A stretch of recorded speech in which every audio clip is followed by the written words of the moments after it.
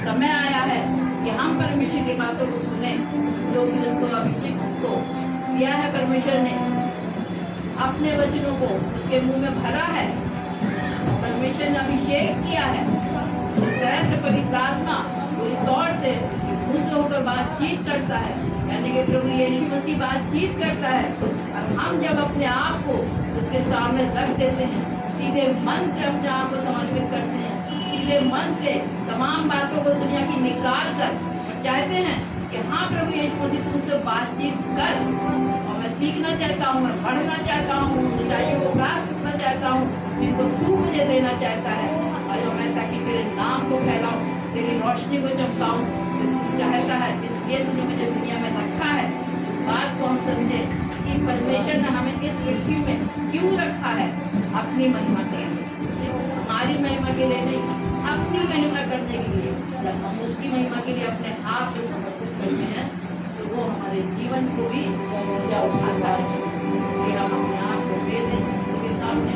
और परमेश्वर के वचन के लिए गौर से यहाँ पर इकट्ठे हुए हैं सुनने के लिए, अपने सरों को झुकाएं, उससे बातचीत करें और इस वचन के लिए हमारे बीच में प्रार्थना करेंगे।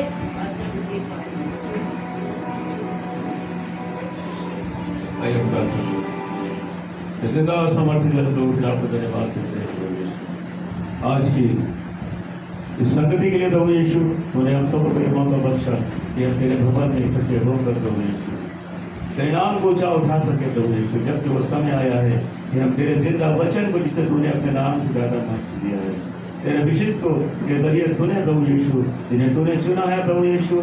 हम तुझसे मांगते हैं प्रभु यीशु, अपनी पवित्र आत्मा के जोर में इस्तेमाल कर प्रभु यीशु। वो भेद, वो गुण बातें जो तूने उनको पर खोली है प्रभु यीशु, वो हमारे बीच में शेयर करें और हमें से हर एक अपने हृदय में भेद को तैयार करे, ताकि वो बातें, वो भेद हमारे अंदर बसता चला जाए प्रभु यीशु, और पूरी ताकत से हम तेरे योग्य बनते चले जाएं। क्योंकि पौलुस कहता है कि जिस बुलाहट से तुम बुलाए गए उसके योग्य चाहते हो, उन्हें दे प्रभु यीशु कि हम उस योग्यता को अपने जीवन में लाएं, ताकि हम तुझसे मुलाकात कर सकें। इस विनती में तेरे नाम में मांग लेते हैं, स्वरूप कबूल करें। बैठ जाइए आप लोग।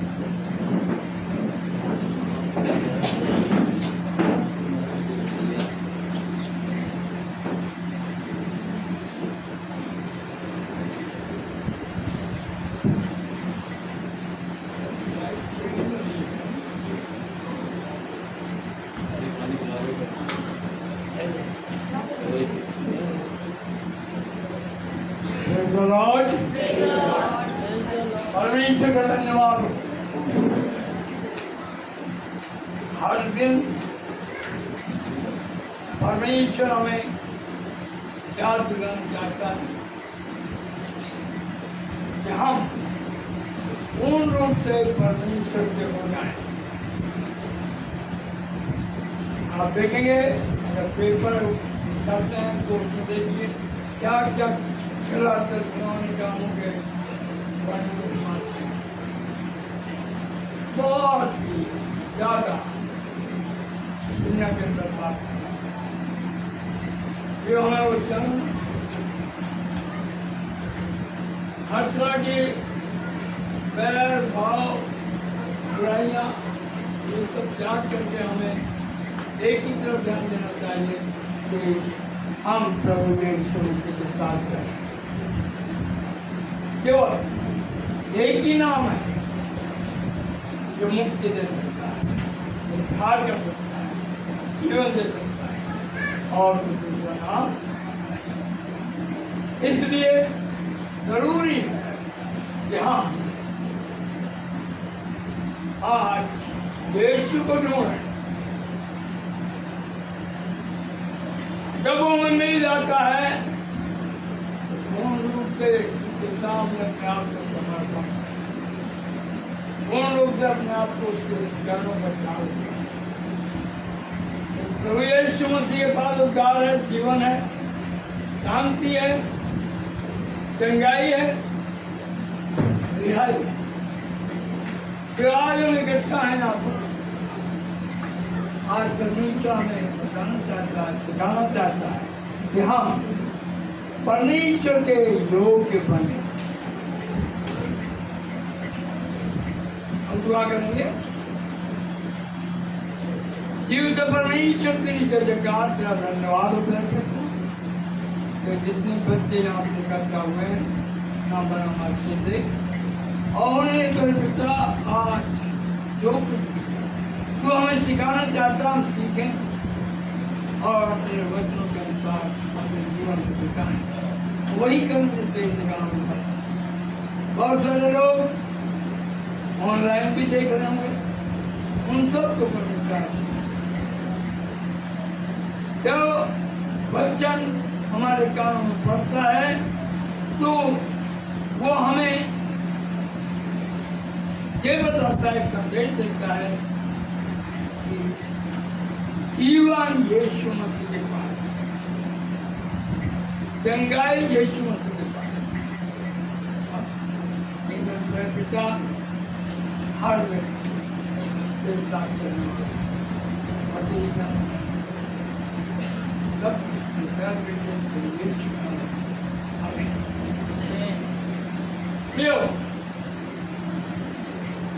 आज हम कुछ खास चीजों पर गौर करेंगे।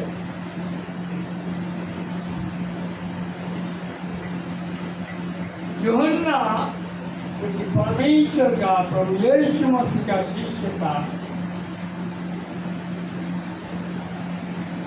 उन सब बातों को जो होने वाली थी और जो उस पीरियड में कमियां थी लोगों के अंदर,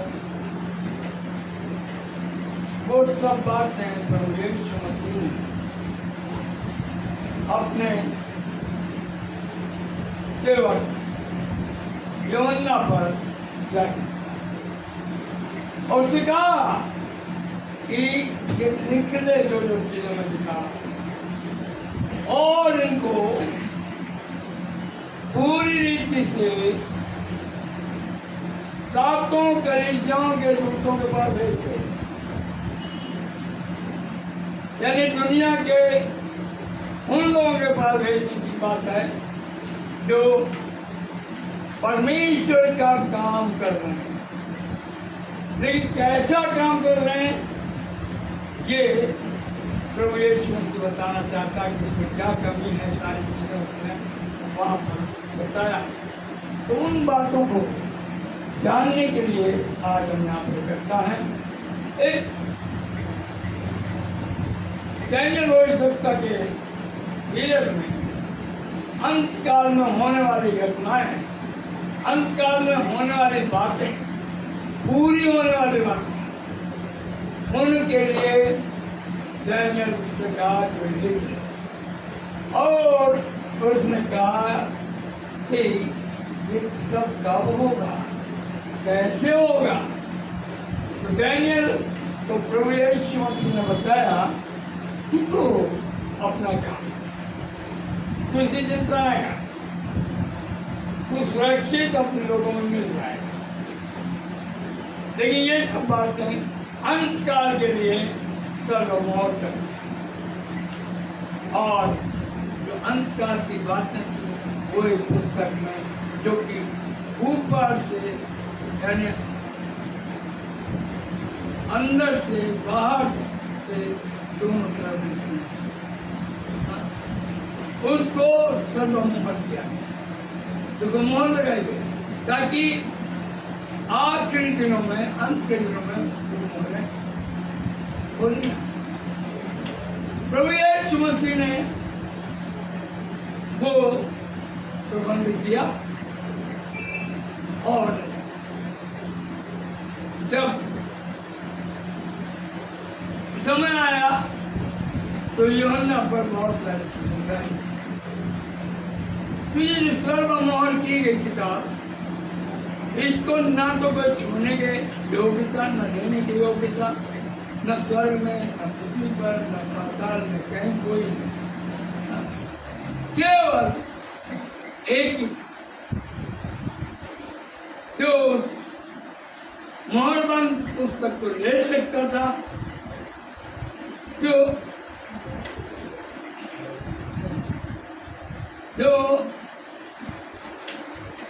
उस पुस्तक में मोहरें लगी हुई थी, उनको तोड़ने का भी अधिकार केवल उसी के पास और उसी के पास था ही नहीं। तो जब कोई नहीं मिला तो यूहन्ना को बड़ा दुख हुआ और वो रोने लगा। उन्हें रो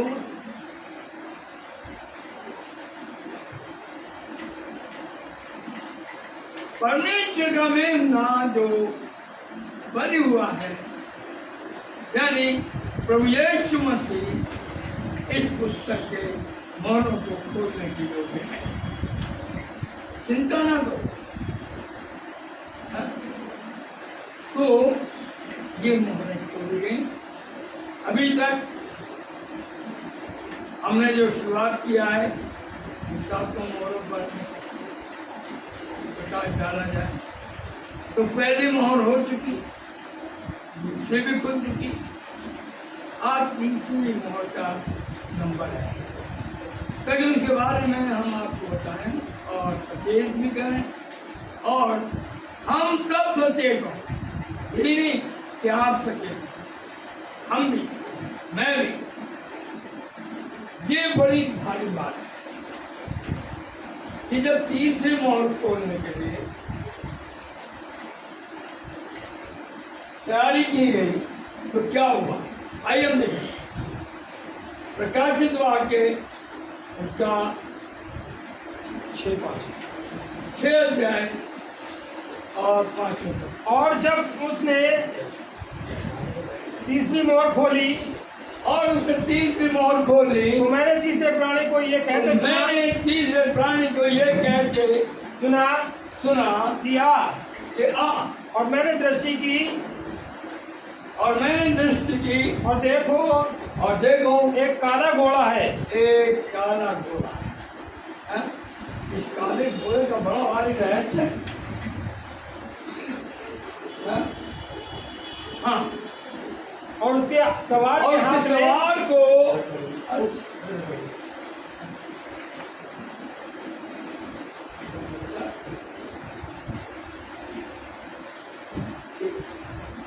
आजादी लेकिन बैठ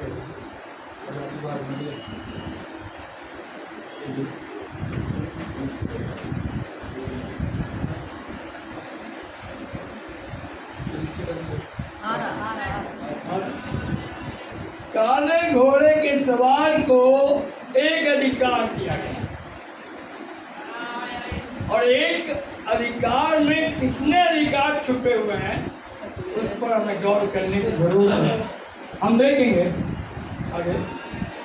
और जब उसने तीसरी मोहर खोली जब उसने तीसरी मोहर तो खोली मैंने तीसरे प्राणी को ये कहते मैंने सुना तीसरे प्राणी को ये कहते सुना किया। कि आ, और मैंने दृष्टि की और मैंने दृष्टि की और देखो एक काला घोड़ा है एक काला घोड़ा है और उसके सवार के हाथ में और उसके सवार के हाथ में एक तराजू है। एक तराजू।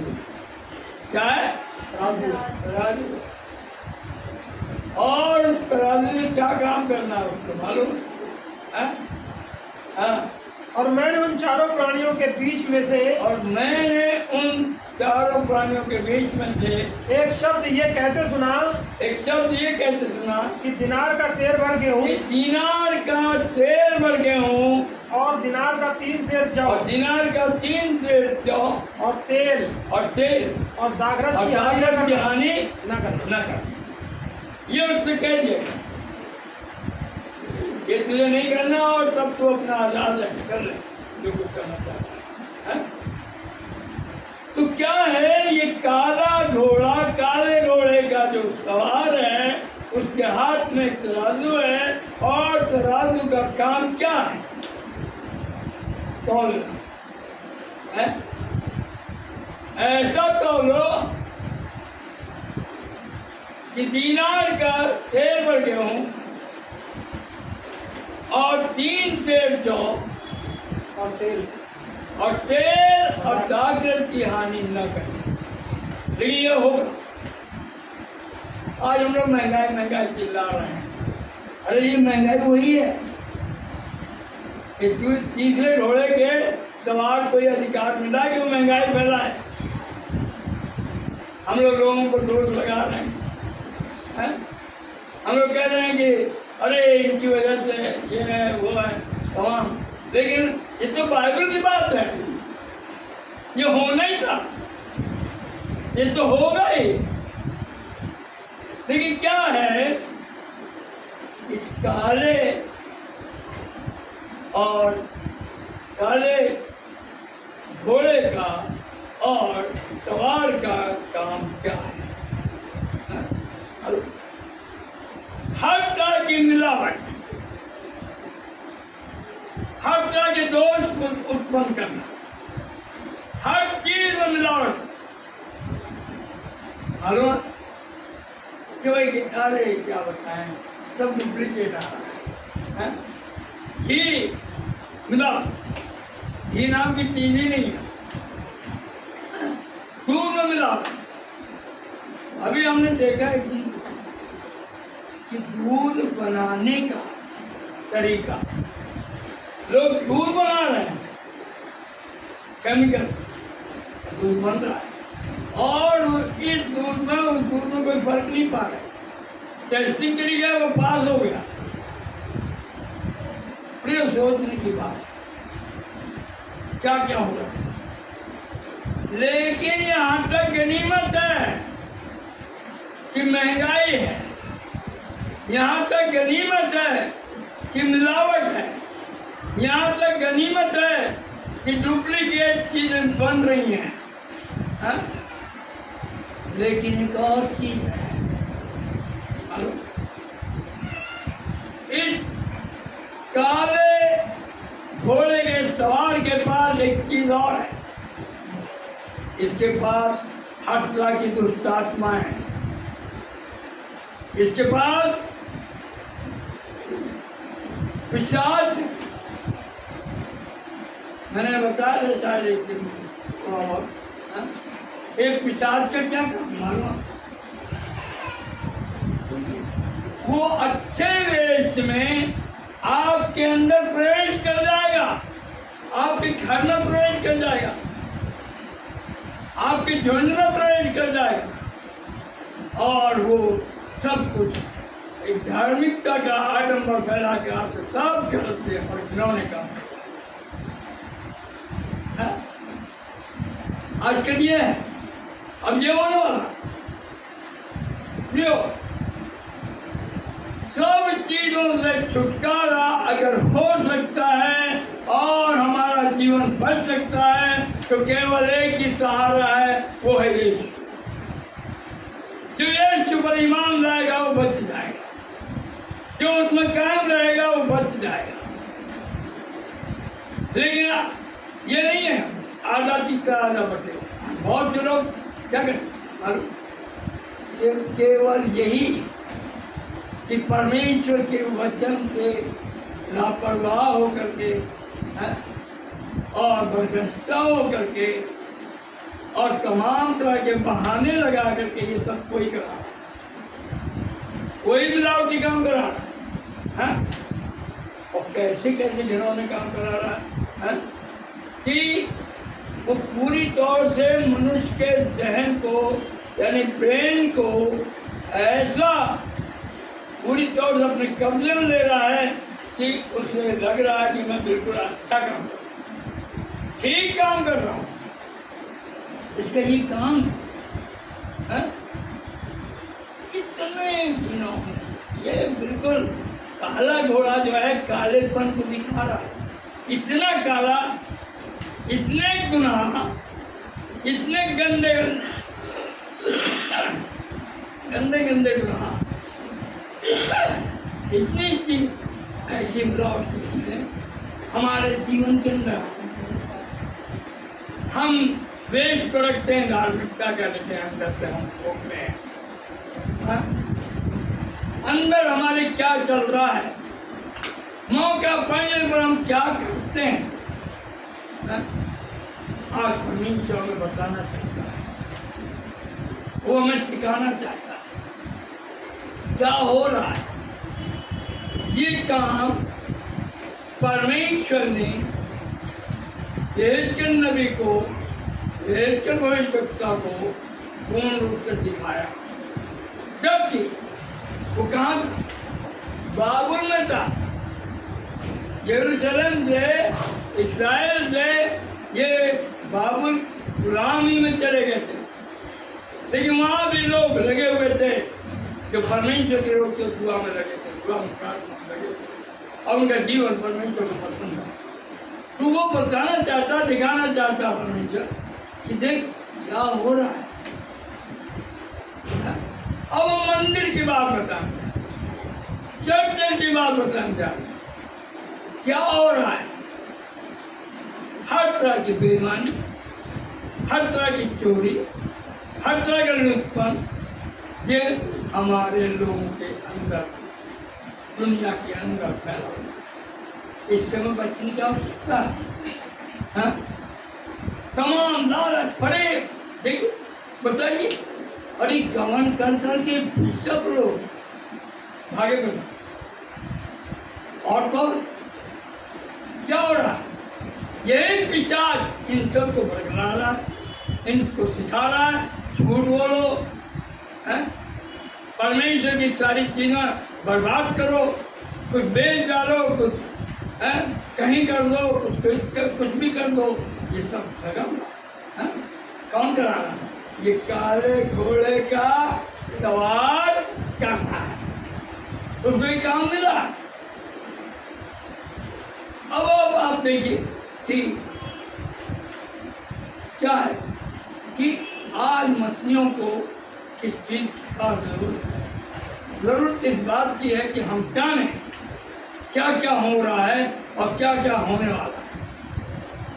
तमाम चर्चेज बन गए हैं जहाँ पर पिशाचों का चर्च है, दुष्ट आत्माओं का चर्च है, और वहाँ पर ये काम हो रहे हैं जो घिनौने काम, गंदे काम, बुरे काम।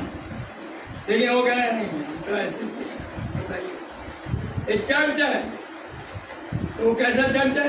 नेकेड चर्च, निर्वस्त्र चर्च। वहाँ जो इबादत कर रहे हैं वो निर्वस्त्रों का इबादत कर रहे हैं। क्या कर रहे हैं लोग? कैसी इबादत होगी? ये सब इसी काले घोड़े के सवार का काम है।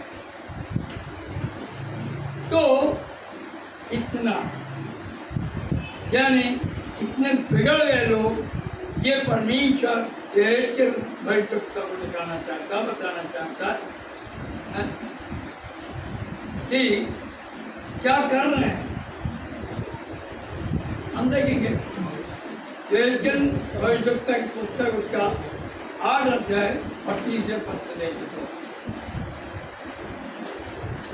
उसने हाथ सा सब कुछ बढ़ा, एक दिन बोलिए, उसने हाथ सा कुछ बढ़ाकर, उसने हाथ सा कुछ बढ़ाकर मेरे सिर के बाल पकड़े, मेरे सिर के बाल पकड़े। उसने हाथ सा कुछ बढ़ाकर मेरे सिर के बाल पकड़े। क्या किया? सिर के बाल पकड़े। और क्या हो रहा? देखिए, तब आत्मा ने मुझे पृथ्वी और आकाश के, मुझे धरती और आकाश के बीच में उठाकर परमेश्वर के दिखाए हुए दर्शनों में यरूशलेम के मंदिर में पहुंचा।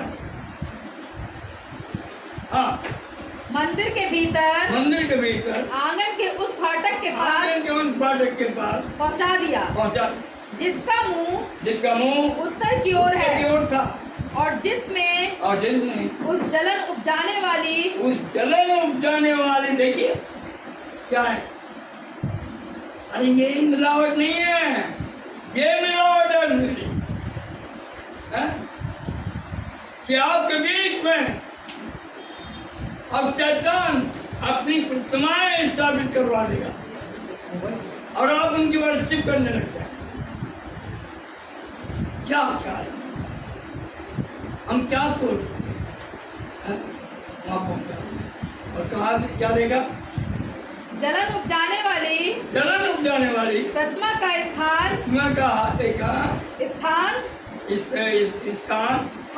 था, जिसके कारण द्वेष उपजाता था, उपजता था। है द्वेष द्वेष द्वेष उपजा द्वेष क्या वो ये पिशाच का काम है, ये है दुष्ट आत्मा का काम कि द्वेष उपजा है?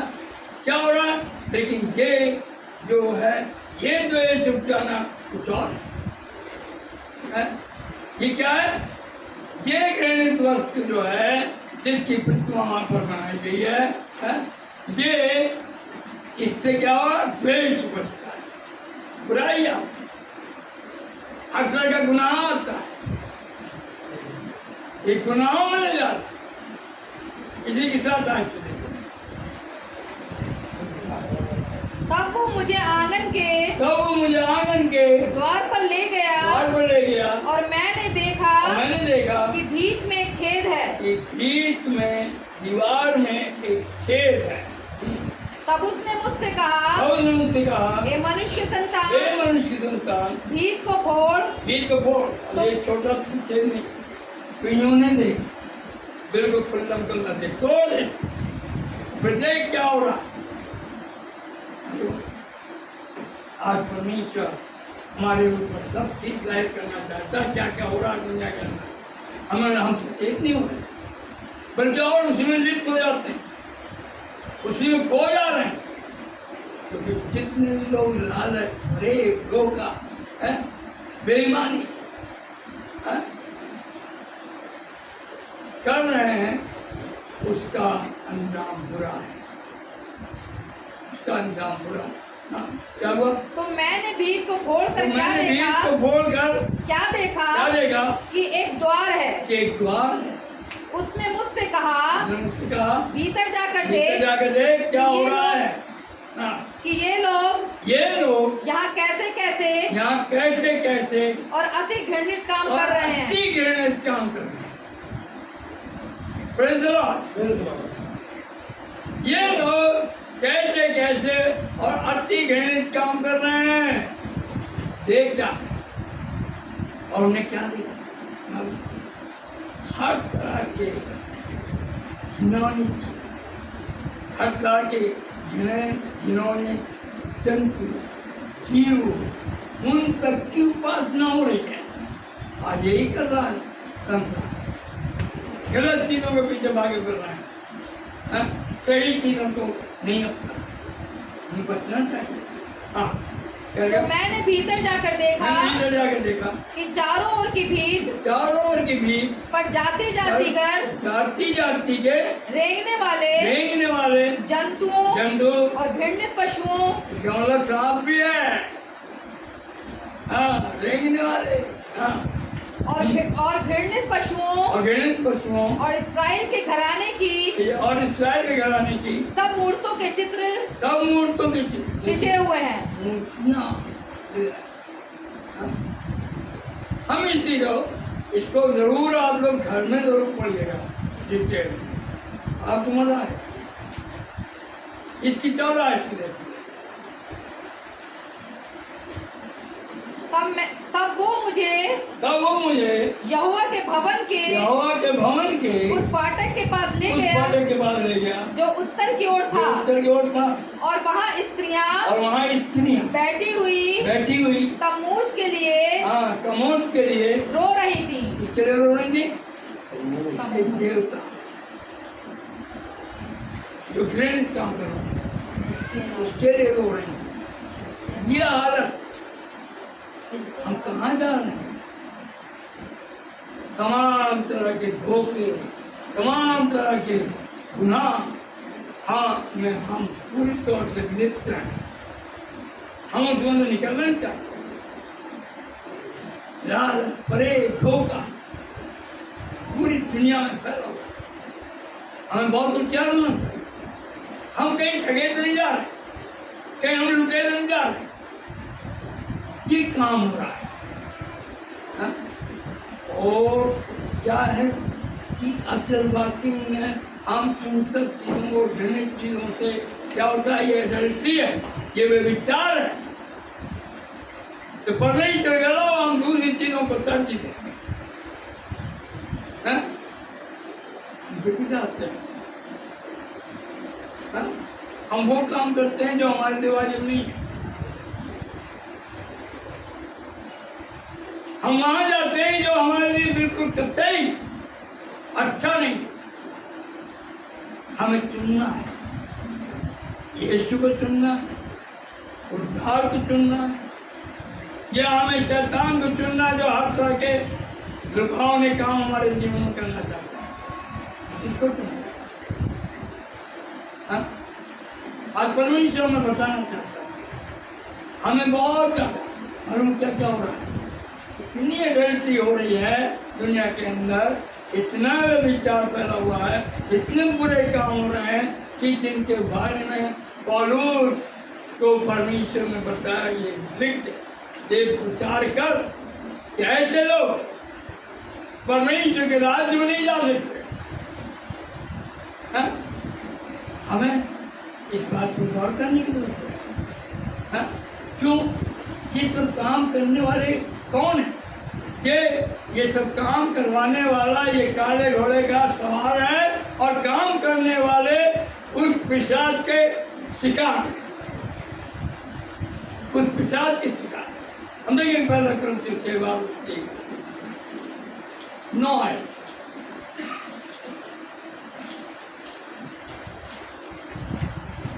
क्या तुम नहीं जानते कि अन्यायी लोग हाँ, परमेश्वर के राज्य के वारिस न परमेश्वर के होंगे। राज्य के वारिस नहीं होंगे। अन्यायी जो न्याय प्रिय काम नहीं कर रहे हैं,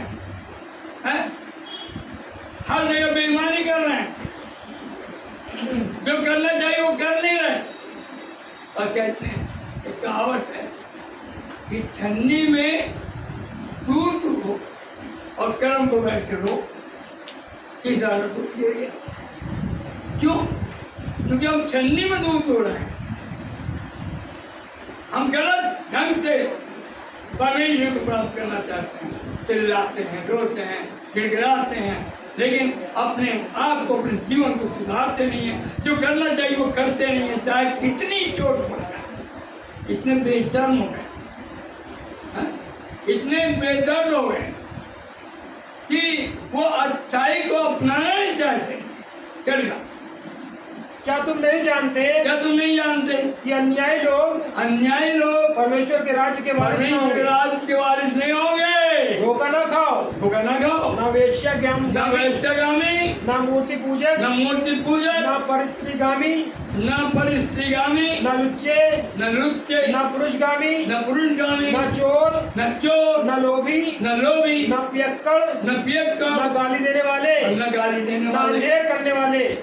न अंधेर करने वाले परमेश्वर के राज्य के वारिस होंगे। परमेश्वर के राज्य के वारिस नहीं होंगे। अब आप सोचिए, हमें सुधार करने की जरूरत है ना। अगर कोई चीज हमारे ऊपर अटैक कर रही है तो उससे हमें सोचने की जरूरत है, हमें परहेज करने की जरूरत है। अभी मेरा ऑपरेशन हुआ, हालांकि काफी दिन हो गए हैं, लेकिन अभी वो अक्सर कर रहा है। तो ऑपरेशन के बाद बताया गया कि ये नहीं खाना, ये नहीं खाना, ये नहीं खाना। क्या है? ताकि हम ठीक रहें, ये बताया डॉक्टर। देखिए डॉक्टर के डॉक्टर, वैद्यों के वैद्य, हकीमों का हकीम ये बता रहा है ये काम मत करो, वरना तुम घेर ठहरोगे, वरना तुम स्वर्ग के राज्य में नहीं जाओगे। हम कितने मनुष्यों को दिखाने के लिए बहुत सारे काम करते हैं, है ना। हम अपने नाम बोले के लिए बहुत काम करते हैं, लेकिन क्या है, हमें अपने अंदर सुधार लाना होगा फिर। और परमेश्वर चाहता है, हाँ? हम देखेंगे गलतियों की किताब उसका 5 अध्याय 16 पद पे। पर मैं कहता हूँ आत्मा के अनुसार चलो, आत्मा के अनुसार तो तुम चलो। शरीर की लालसा किसी तो रीति से न शरीर की करो। लालसा किसी रीति से पूरी नहीं करो। क्या आत्मा के अनुसार चल रहे हैं? जो करना चाहिए वो करते ही क्या है, हम परमेश्वर के आगे जो उसके पूरी तौर से चोर है, गुनहगार है कि नहीं है? बताइए, हाँ? क्या है? फिर से पर मैं कहता हूँ आत्मा के अनुसार चलो तो तुम शरीर की लालसा किसी रीति से पूरी न करोगे, पूरी नहीं कर सकोगे। हाँ, क्योंकि शरीर आत्मा के विरोध में, क्योंकि शरीर आत्मा के विरोध में। देखिए क्या हो रहा है, ये शरीर की जो ख्वाहिशें हैं ये हमें पवित्र आत्मा के अगेंस्ट उकसाता है। अरे ये कर ले, इसमें मजा आ जाएगा, हैं यूं चुरा ले, हैं ये ऐसा कर ले, वो कर ले, तमाम तरह की चीज हैं परमेश्वर हमें जानता है, बताना चाहता है। चल गया, क्योंकि शरीर आत्मा के विरोध में, क्योंकि शरीर आत्मा के विरोध में और आत्मा शरीर और के विरोध में शरीर के विरोध में लालसा करती है। लालसा करती है। क्या पवित्र आत्मा जो है हमारे शारीरिक दशाओं में जो काम हमारे होते हैं उनसे आत्मा क्या लालसा करती है, ये बच जाए, ये छोड़ है, ये बच जाए, ये शुद्ध हो जाए। हाँ, और ये एक दूसरे के विरोधी है, और ये एक दूसरे के विरोधी है। इसलिए जो कुछ तुम करना चाहते हो, तुम करना चाहते हो वो ना करने नहीं पाओ। कर पाए। हाँ, और यदि तुम आत्मा के चलाए चलते और हो ये तुम आत्मा के चलाए चलोगे तो व्यवस्था के अधीन ना रहे। व्यवस्था के अधीन नहीं रहोगे, फिर व्यवस्था हम पर नहीं चालू लागू होगी। हैं? क्या शरीयत तो हर इंसान को गुनहगार ठहरा, लेकिन अगर हम यीशु मसीह के अधीन होता है और पवित्र आत्मा के चलाए चलें तो फिर कोई व्यवस्था हम पर लागू नहीं हो, हम बचे नहीं। हाँ, शरीर के काम तो प्रकट है, शरीर के काम तो प्रकट है, लेकिन फिर वही बात आ गई है, इतना भी नहीं। अब इसकी जरूरत है कि पूरी तौर से लोगों को आगाह किया जाए, कहीं हम किसी के ऐसे शिकार न हो जाए, क्योंकि ये सब चीजें हमारे सामने आएंगी। अर्थात व्यभिचार, गंदे काम, लुचपन, मूर्ति पूजा, टोना, वैर झगड़ा, ईर्ष्या, क्रोध, विरोध,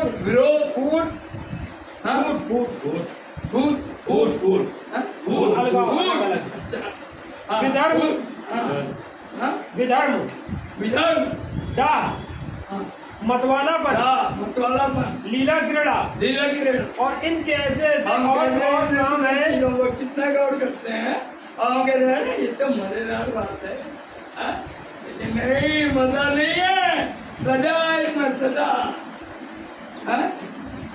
हम सजा के वारिस होंगे। हाँ, और इनके ऐसे और काम है, जैसे काम करने वाले।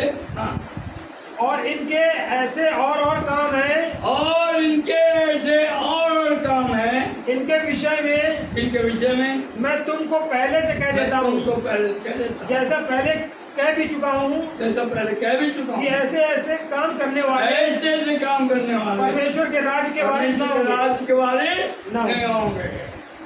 आज हम सच्चे करना चाहते हैं, आज हमें वही करने की जरूरत है जो बाइबल कहती है, वो करने की जरूरत है जो यीशु कहता है, वो करने की जरूरत है जो पवित्र आत्मा हमारे अगुवाई करता है। बुलाए हुए तो बहुत है, लेकिन चुने हुए थोड़े हैं। क्या हो रहा है हर बात? अरे कितने हजार मेंबर हैं, इतने लाख मेंबर हैं, अरे मेंबर ही तो हैं, क्या उनके जीवन परमेश्वर के योग्य हैं? क्या उन्होंने अपने आप को परमेश्वर के योग्य बनाया है?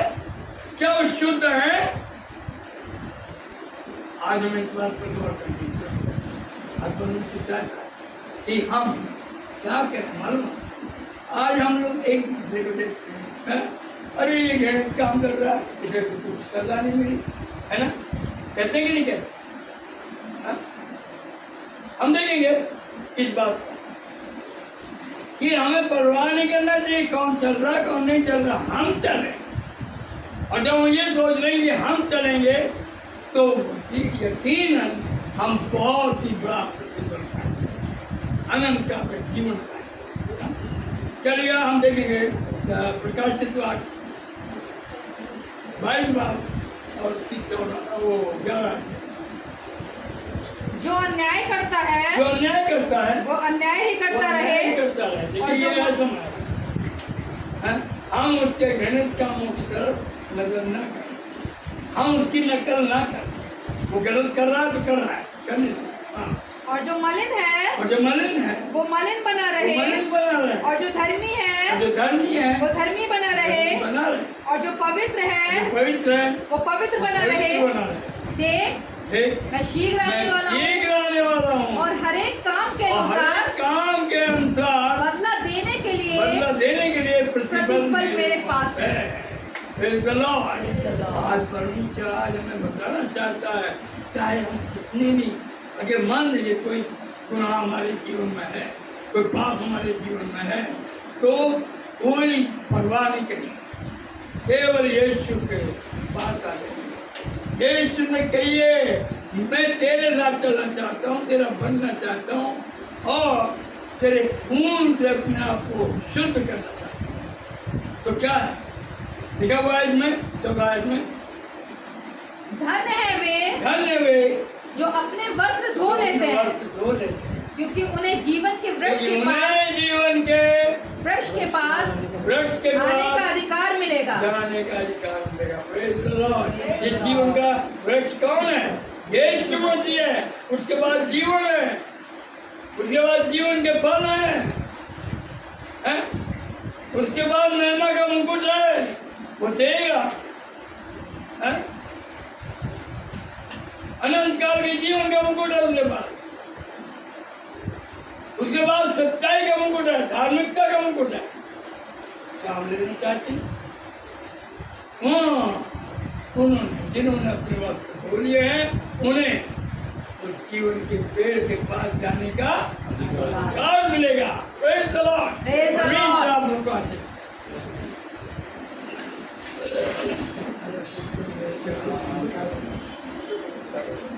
देखो